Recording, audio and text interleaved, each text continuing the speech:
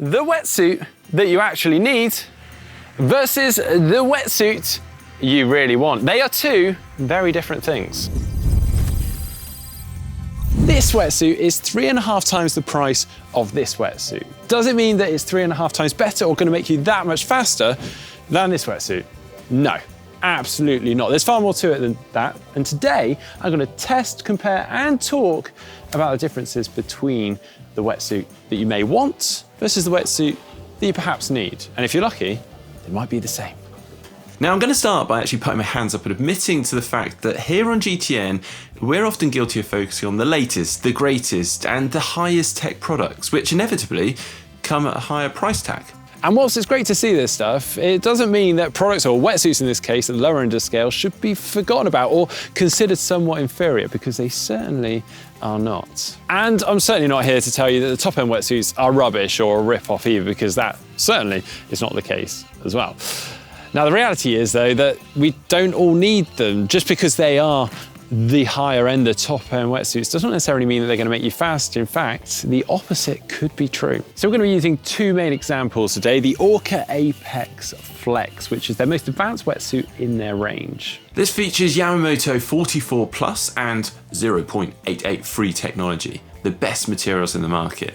This suit is designed for maximum freedom of movement, particularly around the shoulder area. It even features a hydrodynamic nano ice SCS coating so that you slip through the water. Well, this, along with other top-end wetsuits, is a sort of wetsuit that we will see many of the pros wearing, and because of that, many of us will want to have. The other wetsuit we're going to be using today is the Orca Athlex Float. Combining high buoyancy with high elasticity, this wetsuit features thinner upper and thicker lower body materials to help swimmers who need added buoyancy to correct their positioning in the water. A suit that you probably won't see many of the pros wearing, but a suit that probably is closer to the type that many of us in fact need. Now, I'm going to be testing them both today, and before you say it, I know what you're thinking. Well, of course, one of the suits is going to suit me better than the other, and that's not going to show much, and that is why I brought in Steve. So we have a 400-meter test loop that we're going to complete in each wetsuit. As it'll be hard to monitor a pace or heart rate while swimming, we have opted to simply swim as hard as possible on each lap and compare the times. Lucky us.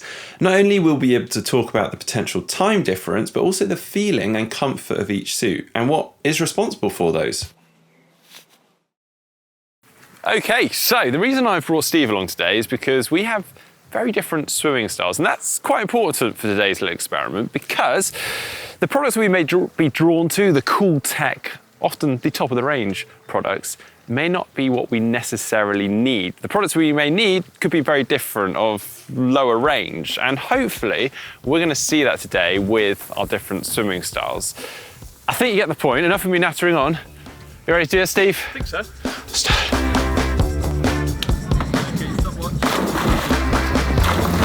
So I've started off in the wetsuit you might need, the Athlex Float, while Steve is in the wetsuit you likely want. Now, despite being the lower end model, my suit feels great. I feel incredibly buoyant, my shoulders feel nice and free. I feel pretty smooth, to be honest.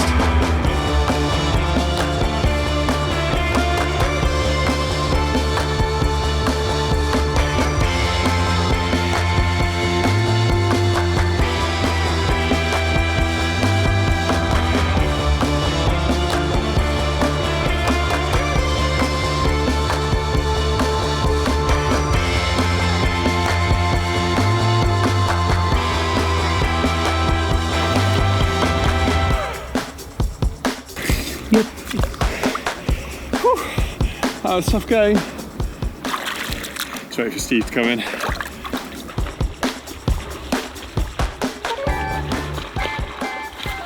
Hello, mate. How was it?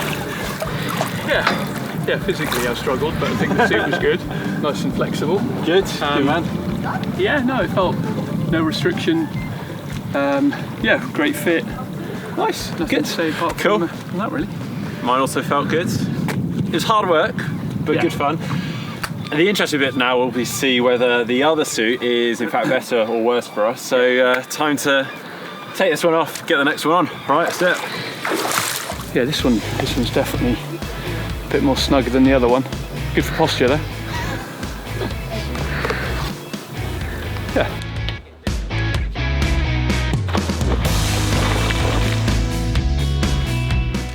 Again, I feel brilliant in this suit. I'm genuinely really interested to see if there is much or any difference in the times. My experience in swimming and using different suits tells me that this is the suit for me, and the suit that Steve is currently wearing is probably the suit for him. But we're about to find out if that is the case.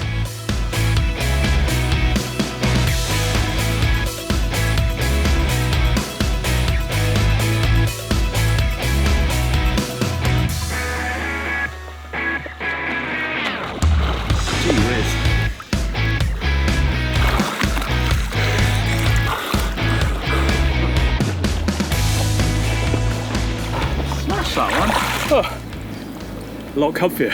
Yeah, way. That's amazing. Yeah. Well, thank goodness that is over. Thank you very much, Steve, for getting stuck into that. Should we just get straight into this and just go with the results, all right? So I'll go first. So I obviously started off with the lower end suit, and I had a time of 4 minutes and 49 seconds. And then I went with the higher end suit, and I was 4 minutes and 45 seconds. How about yourself? So I started, while you were in the low end suit, I was in the high end suit, and my first time was 9 minutes 20. And then obviously we swapped around, and then my second time was 7:49. Aha! So my hunch was correct as to which one would be faster for each of us, in particular yourself. How did it feel then? It's funny because when I got out of the water the first time, I really enjoyed the kind of freedom of the high end suit, but it was only getting out of the water on the second time, or in fact halfway around on the swim, I realised that actually that extra buoyancy was lifting me up, and that made my stroke more efficient, and then it overall just felt much faster. I actually felt that difference. What is interesting is just the difference in our times. Mine's just sort of like 4 second difference, but you've got a 1.5 minute difference That's amazing. in your times, over 400 metres, Yeah. which is crazy. Clearly that lower end suit, or more just what it brings to the table, suits you far better. Yeah. And I think I did wonder about this going into it. It's like, for a more efficient swimmer, I guess you can potentially get away with more.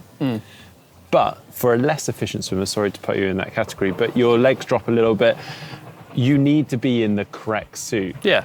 And it really does show that you should be, rather than being in the suit that you want, you really do need to be in the suit that you need. Absolutely, yeah. I'm wondering if there's an even lower level suit I could get to be another minute faster.